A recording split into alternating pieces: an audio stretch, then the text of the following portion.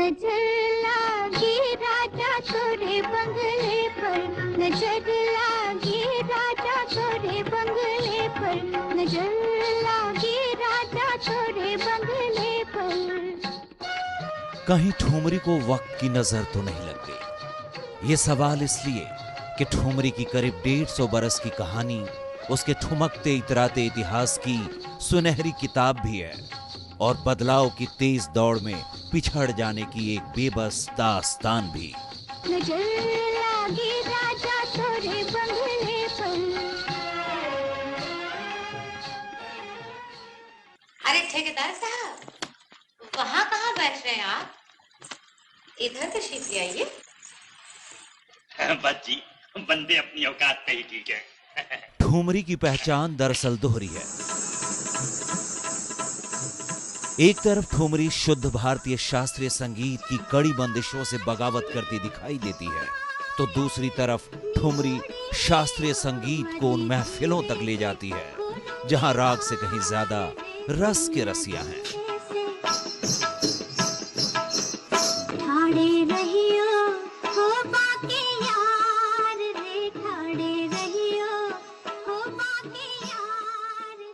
पहले तोमरी कहते थे इसको, ठुमरी को तोमरी कहते थे, लेकिन बदलते बदलते ठुमरी शब्द आ गया।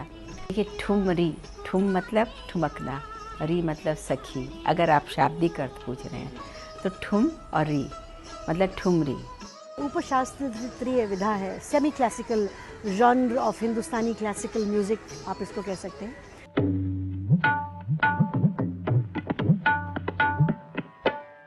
उत्तर प्रदेश की राजधानी लखनऊ नवाबी तहजीब का शहर। ठुमरी के बिखरे हुए किस्सों का पहला पता अवध के इसी शहर में मिलता है। ठुमरी की ढेरों पुरानी निशानियां यहां बिखरी हुई हैं। रेजिडेंट साहब ने कोई अपनी गजल सुना दी क्या? सिर्फ मौसीकी और शायरी ही मर्द की आंखों में आंसू ला सकते हैं। 1847 में अवध के 10वें और आखिरी नवाब की गद्दी पर बैठने वाले नवाब वाजिद अली शाह के लिए अपनी रियासत से ज्यादा अहम थी रास रंग से सजी महफिलें। कान्हा में तो से हारे छोड़ो हरी। खुद कथक भी नाचते थे और ठुमरी भी गाते थे, ठुमरी लिखते भी थे और अख्तर पिया, रजा पिया के नाम से लिखते थे। कान्हा में तो से हारी। नवाब वाजिद अली शाह की इन्हीं महफिलों में ठुमरी को न सिर्फ अपना पहला ठिकाना मिला, बल्कि वो देखते ही देखते लखनऊ की संगीत की महफिलों की रानी बन बैठी। बिंदा सुनो ये नहीं माने। नृत्य के साथ जो गायन हुआ, जो वाद्य के साथ गायन हुआ, उसमें थोड़ा बहुत ठुमरी का मैं सोचती हूँ कि प्रादुर्भाव हुआ है। रियाया को खबरदार किया जाता है कि ममालिक महरूस अवध पर कंपनी बहादुर के कब्जे की अफवाह उड़ाने वालों को बहुक्म सरकार गिरफ्तार कर लिया जाएगा। बदनसीबी देखिए, जिस नवाब वाजिद अली शाह ने ठुमरी से दिल लगाया था, राजकाज से उसकी बेदिली ने 1856 में उसकी गद्दी छीन ली। अंग्रेजी हुकूमत ने नवाब वाजिद अली शाह को लखनऊ से निकाल फेंका। अख्तर पिया नाम से खुद नवाब वाजिद अली शाह की लिखी ये ठुमरी उस दौर के हालात का बयां मानी जाती है।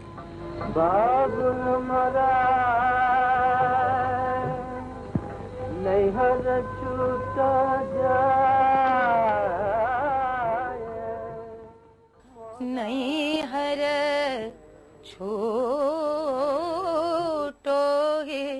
जाए। अब इसको सहगल साहब से लेकर जगजीत सिंह साहब तक सबने अपने अपने ढंग से गाया है और हर बार रचना में इतना कमाल है। तो मुझे लगता है कि कहीं ना कहीं लखनऊ की जो ठुमरी है वो बहुत ज्यादा मंच पे निखरी कथक घराने की वजह से।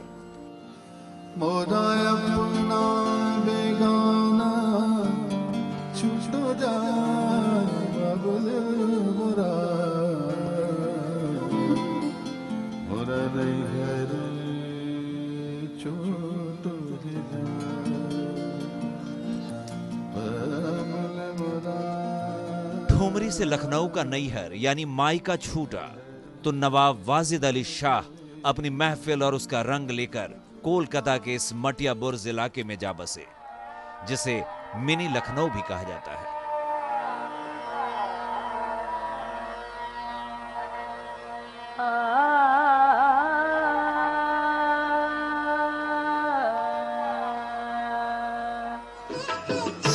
इधर लखनऊ में ठुमरी जवा होने लगी। उसने नया ठिकाना तलाशा, कोठों पर थिरकने लगी ठुमरी।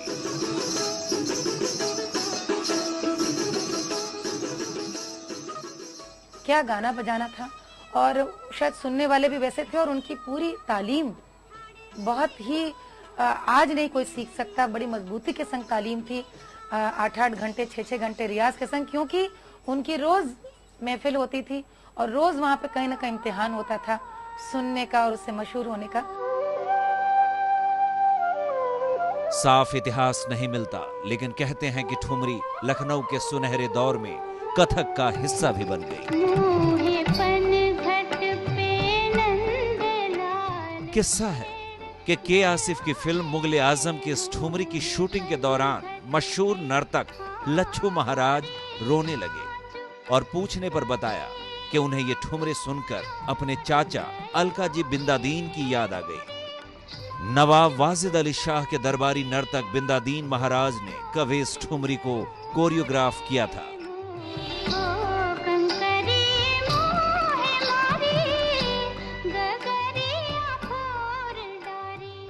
पंडित बिंदादीन महाराज जी, जो कि परदादा थे पंडित बिरजू महाराज जी के और कथक में पारंगत थे। सुबह ठुमरी लिखी जाती थी, दोपहर को उस पर कथक नृत्य कंपोज होता था और शाम को वो गाई जाती थी और उस पर अभिनय किया जाता था। That was the environment in which the thumri was in our country.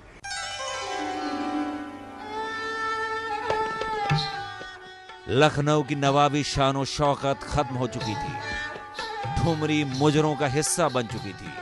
तभी उसे एक और कदरदान मिला, उत्तर प्रदेश का शहर वाराणसी।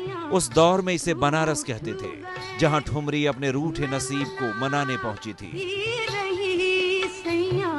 वाराणसी की दाल मंडी की ये गलियां आज बाजार में बदल चुकी हैं, लेकिन उस दौर में यहाँ नाच और मुजरों का बाजार सस्ता था।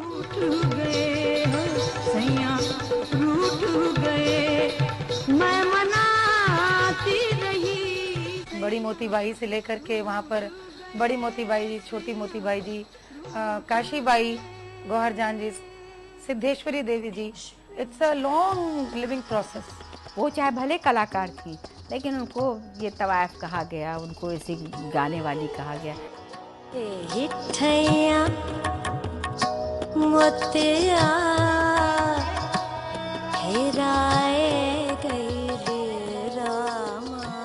वाराणसी की मशहूर गाने वालियों की महफिलों में भी गूंजने लगी थी। लखनऊ के दरबार से दर बदर हुई ठुमरी।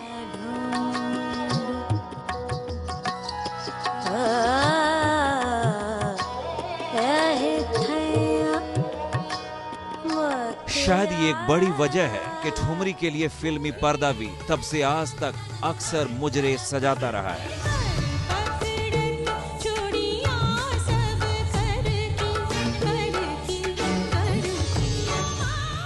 उस दौर में ठुमरी ने बिहार के गया में भी एक और ठिकाना तलाशा था। वहां रजवाड़े रियासतें कम थीं, लेकिन पंडों की मोटी कमाई ने ठुमरी की जिंदगी को नई करवट दी थी। जो उसको संरक्षण देने वाले लोग थे, पहले या तो दरभंगा महाराज थे, वो खत्म हो गए रजवाड़े। गया में जो पंडित थे उनका बहुत संरक्षण था। उसके बाद धीरे धीरे वो समाह वो परंपराएं खत्म हो गई, वो गाने वाले खत्म हो गए।